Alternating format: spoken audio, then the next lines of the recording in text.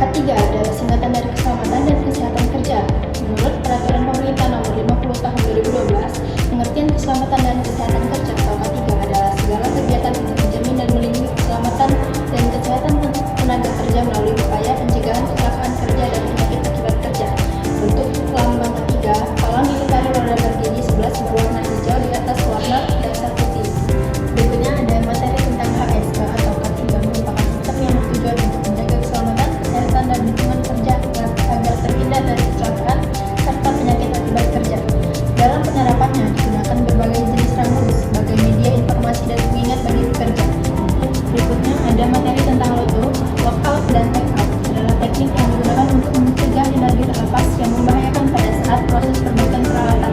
Hal ini dilakukan dengan menempatkan kunci pada alat isolasi energi sebelum melakukan pekerjaan. Slogan dalam K3 digunakan sebagai pesan singkat yang mudah diingat untuk menumbuhkan kesadaran dan budaya keselamatan. Sedangkan tagging adalah pemberian label atau tanda informasi pada alat, mesin, atau area berbahaya menjelaskan kondisi, status, dan larangan tertentu. Berikutnya ada materi tentang JSA atau Job Safety Analysis. Adalah suatu teknik yang dipakai untuk menganalisa suatu pekerjaan secara sistematis untuk bisa mengenali bahaya di setiap langkahnya sehingga bisa mengembangkan solusi untuk mencegah terjadinya. Yang tepat untuk membuat JSA adalah pengawas dan dibantu oleh tim. Selanjutnya ada materi tentang PHK atau penyakit akibat kerja. Adalah penyakit yang disebabkan oleh pekerjaan atau penyakit yang disebabkan oleh lingkungan kerja. Klasifikasi kecelakaan kerja pengertian kejadian menurut Australia Standard memiliki klasifikasi yang banyak, yang dimana 5 diantaranya yaitu 1. Jatuh dari atas ketinggian, 2. Jatuh dari ketinggian yang sama, 3. Menabrak objek dengan bagian tubuh, 4. Kontak dengan listrik, 5. Terpapar radiasi. Berikutnya ada materi tentang hazard identification, risk assessment, dan risk control atau HIRA-RISK.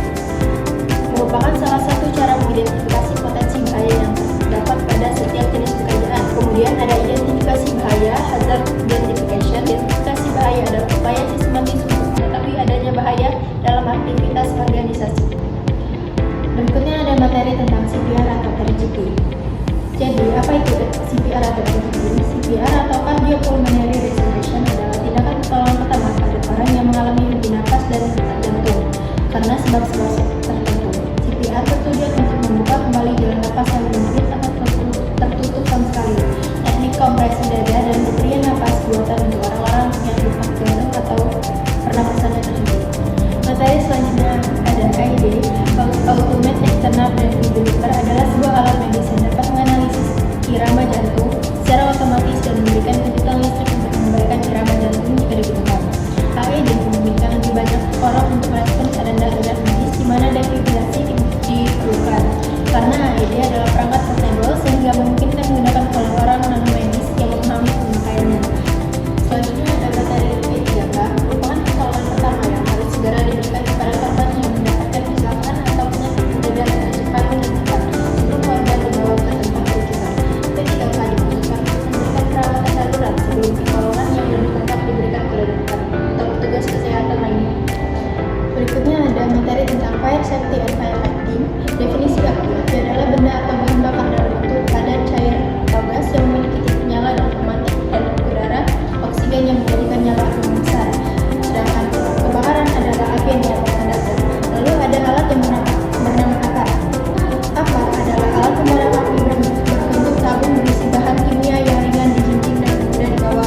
Klasifikasi kebakaran: kelas A, kebakaran pada benda padat; kelas B, kebakaran pada benda cair dan gas. Kelas C, kebakaran pada peralatan listrik bertegangan; kelas D, kebakaran pada benda logam; dan kelas K adalah kebakaran pada sisa-sisa minyak di dapur. Tabung akar sendiri memiliki beberapa isi yang berbeda, yaitu malt, water, CO2, alon, dan powder. Materi terakhir tentang B3, senjata dari bahan kimia berbahaya dan beracun. Zat berbahaya yang dapat berbentuk padat, cair, atau gas dan hubungan kerja dapat berbahaya bagi kesehatan jangka panjang maupun jangka pendek. P3 meliputi bahan kimia beracun, mudah terbakar, korosif, reaktif, atau berbahaya bagi lingkungan. Terdapat 5S dalam pengelolaan P3 bahan berbahaya dan beracun. Yang pertama, sayuri, sortir atau pemilahan; 2 ada Saiton, set in order atau perataan; 3 ada Seiso, sanitasi atau pembersihan; 4 ada Seiketsu, standarisasi; 5 ada Seitsuke, disiplin atau pembiasaan. Baiklah, sekian video yang saya buat. Saya akhiri. Wassalamualaikum warahmatullahi wabarakatuh.